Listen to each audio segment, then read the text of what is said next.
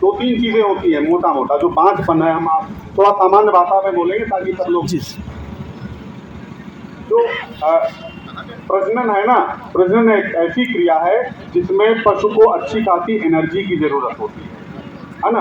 और दो चीजें हैं जो हमारे लिए इंपॉर्टेंट है पशुओं में। एक तो उसका प्रजनन अच्छा होना चाहिए और उत्पादन अच्छा होना चाहिए, यानी दूध वो पूरा भरपूर मात्रा में दे और समय समय पर गाभिन होकर बच्चे दे, तभी वो दूध दे पाई। और दोनों में अच्छी खासी ऊर्जा की आवश्यकता होती है शरीर को, और ऊर्जा कहाँ से मिलती है? भोजन से। तो अब बात कहाँ आ गई कि पोषक तत्व अगर कमी है पशुओं में तो ये प्रेगनेंसी की समस्या आएगी। तो पोषक तत्व कहाँ से मिलेंगे? अच्छे दाना चारे से। तो पहला चीज घुमा फिरा के बात हम ये कहना चाहते हैं कि कोशिश ये करिए कि पशु को वर्ष भर हरा चारा जरूर मिले।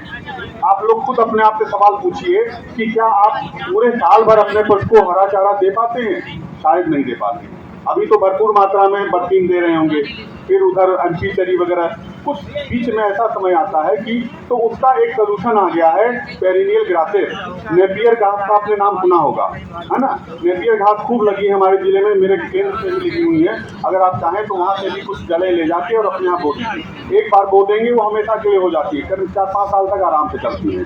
फिर उसकी जड़ें निकाल के, जड़ें और तना, जैसे गन्ना लगाया जाता है ना, ऐसे तना लग जाता है, उसकी जड़ें लगा दीजिए, तो ये वर्ष भर चलती है। ठीक है ना।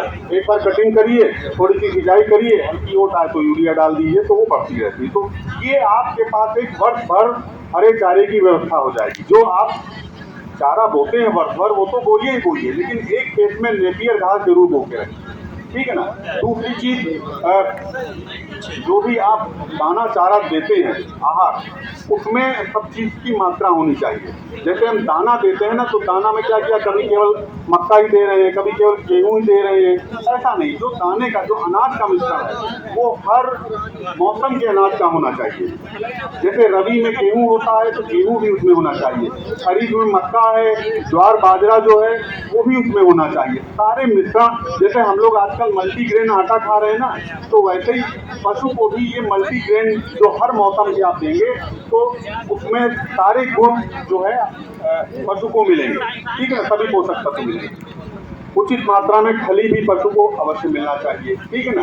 पूरे दाने को अगर हम 1 कुंटल का दाना बनाते हैं तो कम से कम उसमें 30 किलो तक अनाज होना चाहिए, जो भी आपके पास उपलब्ध हो। लगभग 25 किलो तक ये खली होना चाहिए।